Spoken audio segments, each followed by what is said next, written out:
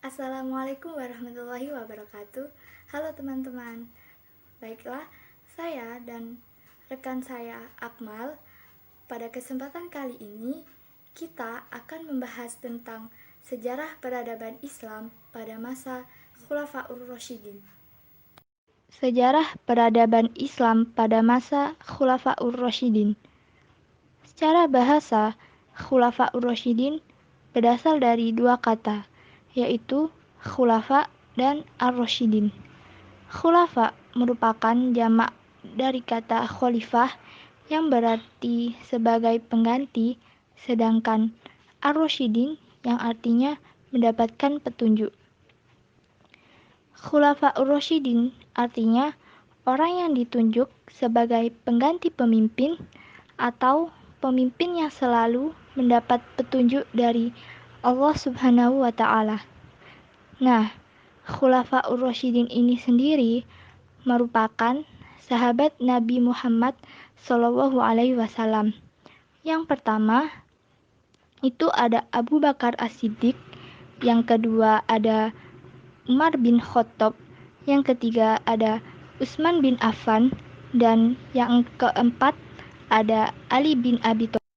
Wafatnya Rasulullah SAW meninggalkan suatu persoalan yang pelik, di mana Rasulullah SAW tidak meninggalkan wasiat kepada seorang pun sebagai penerusnya. Nah, maka daripada itu, para sahabat mempermasalahkan hal ini dan saling mengajukan calon pilihan dari kelompoknya. Dan terpilihlah 3 orang dari kelompok yang berbeda. Yang pertama, itu ada Ali bin Abi Thalib dari kelompok Ahlul Bait. Yang kedua ada Sa'ad bin Ubaidah dari kelompok Ansor. Dan yang ketiga ada Abu Bakar As-Siddiq dari kelompok Muhajirin. Dan akhirnya terpilihlah Abu Bakar As-Siddiq dan dibaiat sebagai penerus Nabi. Abu Bakar As-Siddiq dibaiat sebagai penerus Nabi.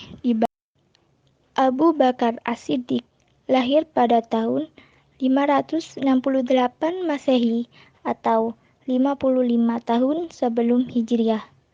Beliau merupakan khalifah pertama dari Khulafaur Rasyidin dan beliau merupakan sahabat terdekat Nabi Muhammad SAW dan orang yang pertama masuk Islam yang disebut dengan As-Sabiqunal Awwalun. Masa Abu Bakar ini dimulai dengan munculnya permasalahan siapakah yang akan memimpin umat Islam pasca meninggalnya Rasulullah SAW. Kemudian, pada masanya banyaknya bermunculan orang-orang yang murtad dan orang yang enggan membayar zakat, hingga munculnya orang yang mengaku sebagai nabi palsu. Berkat ketegasan Abu Bakar As-Siddiq dan keteguhan hati para sahabat, maka masalah yang muncul ini bisa distabilkan kembali.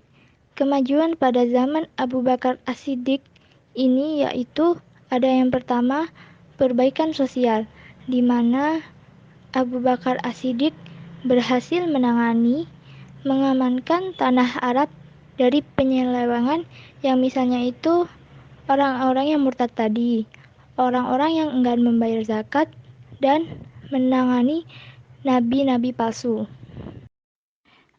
Abu Bakar As-Siddiq juga melakukan pengumpulan ayat-ayat Al-Quran, di mana ini berdasarkan usulan sahabat Umar bin Khattab, karena Umar merasa khawatir akan kehilangan Al-Quran, karena banyaknya para sahabat yang hafal Al-Quran gugur di dalam peperangan. Dan terlebih lagi, ayat-ayat Al-Quran yang berserakan seperti di daun, di kulit kayu, di tulang, dan lain sebagainya. Hal ini dikhawatirkan mudah rusak dan hilang. Selain itu, Abu Bakar juga membentuk lembaga yang disebut dengan Baitul Mal, semacam kas negara atau lembaga keuangan yang pengelolaannya itu dipercayakan kepada Abu Ubaidah yang digelari dengan Amin al-Ummah atau kepercayaan umat. Sebelum wafat, Abu Bakar As-Siddiq menunjuk Umar bin Khattab sebagai penerusnya. Umar bin Khattab lahir di Mekah pada tahun 583 Masehi dan umurnya 12 tahun lebih muda dari Rasulullah Shallallahu Alaihi Wasallam. Juga termasuk keluarga dari keturunan Bani suku Adi atau Bani Adi. Masa kekhalifahan Umar bin Khattab itu selama 10 tahun 6 bulan, yaitu dari tahun 13 Hijriah sampai 23 Hijriah. Dan Umar bin Khattab wafat karena dibunuh pada umur 63 tahun. Tragedi ini merupakan pembunuhan politik yang pertama dalam sejarah Islam. Pada masa kepemimpinannya, Umar bin Khattab menjadi kekuatan besar baru bagi wilayah Timur Tengah. Selain menaklukkan Kekaisaran Sasania yang sudah melemah hanya dalam kurun waktu 2 tahun, Umar bin Khattab juga berhasil mengambil kepemimpinan 2/3 wilayah Kekaisaran Romawi Timur. Pada masa pemerintahannya, Umar bin Khattab berhasil menaklukkan 2 negara, yaitu Persia dan Romawi. Umar bin Khattab juga memerintahkan untuk melakukan sensus di seluruh wilayah kekuasaan Islam. Pada tahun 638 Masehi, beliau juga memerintahkan untuk melakukan renovasi Masjidil Haram di Mekah dan Masjid Nabawi di Madinah. Dan Umar bin Khattab juga memulai proses kodifikasi hukum Islam. Pada tahun 638 Masehi, beliau juga memerintahkan untuk melakukan renovasi Masjidil Haram di Mekah dan Masjid Nabawi di Madinah. Dan Umar bin Khattab juga memulai proses kodifikasi hukum Islam. Kemudian, setelah Khalifah Umar bin Khattab wafat, Islam dipimpin oleh Khalifah Utsman bin Affan. Dengan pemilihan yang dilakukan oleh Dewan Syuro yang dibentuk oleh Khalifah Umar bin Khattab. Dan ketika Utsman bin Affan menjabat, Utsman bin Affan hanya melanjutkan sebagian besar garis politik dari Umar bin Khattab. Ia melakukan berbagai ekspedisi untuk memperluas wilayah-wilayah Islam. Perluasan itu memunculkan situasi sosial yang tidak pernah terjadi sebelumnya. Kemajuan yang diraih Utsman bin Affan yaitu yang pertama, pembukuan Al-Quran akhir 24 Hijriah, yang kedua penyatuan Quraisy dan Quraisy, dan yang ketiga ekspansi wilayah Islam, dan yang keempat perluasan Masjid Nabawi dan Masjidil Haram. Ali bin Abi Thalib adalah khalifah yang keempat sekaligus khalifah yang terakhir sepeninggalan Nabi Muhammad SAW.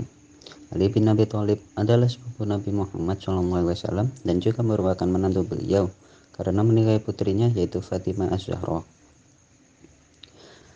Berbeda dengan pengangkatan khalifah sebelum-sebelumnya, setelah wafatnya Utsman bin Affan, kaum muslimin meminta Ali bin Abi Thalib dibaiat menjadi khalifah. Pada awalnya, Ali menolak pembayatan itu, namun kaum muslimin itu terus mendesaknya karena menganggap tidak ada lagi yang lebih tepat menjadi khalifah selain beliau. Setelah akhirnya Ali menerima, segenap kaum muslimin beramai-ramai membayat Ali bin Abi Thalib sebagai khalifah. Setelah menduduki jabatan khalifah, Ali bin Abi Thalib mempecat para gubernur yang diangkat oleh Utsman bin Affan karena dianggap bahwa pemberontakan yang terjadi karena keteledoran mereka.